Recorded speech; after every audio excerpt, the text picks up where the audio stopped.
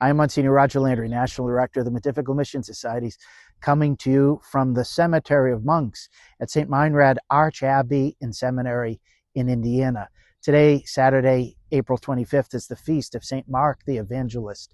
And in the Gospel, we have the end of St. Mark's version of the life of Jesus, in which we have Jesus' valedictory address, in which he tells us the Great Commission. Go to the whole world and proclaim the gospel to every creature. Whoever believes and is baptized will be saved. At the very end, how the apostles went forth and preached everywhere, and the Lord accompanied them with signs, with miracles, with works.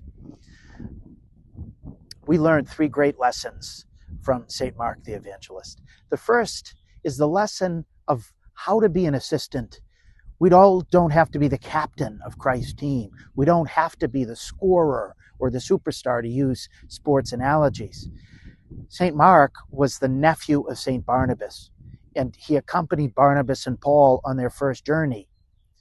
Then, later, he accompanied St. Peter, especially when St. Peter was imprisoned. He was just helping whatever way that he could, but along the way, he learned so much more about the faith from these two awesome pillars of the church, Saints Paul and St. Peter, not to mention his uncle, St. Barnabas. That's the first lesson. The second is one of perseverance. St. Mark and St. Paul had a falling out. When the three were journeying, Paul, Barnabas, and Mark, across the malaria-infested swamps in southeastern Turkey, Mark wanted to quit. He just couldn't handle it anymore, especially when he looked at the cliff they were going to have to climb. So he kind of chickened out and he went back. That wasn't the end of the story. Barnabas eventually found him and took him on Barnabas's future missionary pilgrimages. But at the very end of his life, somehow, Mark was associated with St. Peter.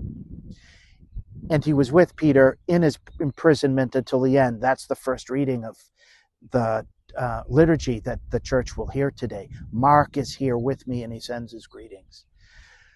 Mark was given a second chance, but at the same time he persevered. He didn't quit. He didn't let these occasional disagreements get him to go to the sidelines. And that leads us to the third.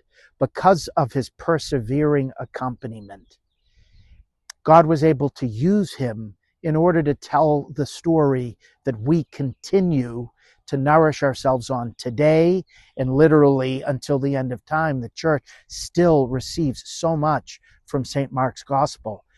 What did he think about when he was inspired by the Holy Spirit and writing down the Gospel as it was preached by St. Peter and St. Paul, as he was putting together the various memories that would nourish the memory of the church? He was certainly writing for his fellow Christians. As the apostolic generation was dying, they wanted to make sure that the eyewitness account of all of the apostles was not forgotten. So he was clearly writing for his contemporaries. Little did he know that 2,000 years later we'd be reading his words on this day. All he did was write it down. That's why it's so important for us as disciples to share our faith in emails and texts, in little podcasts, in videos, in letters, in words. How do we know exactly what the Lord is going to do, what we're doing? Who knows if this video is going to be watched later than today? All we do is we give to God. He does the rest. Go into the whole world, proclaiming the gospel to every creature.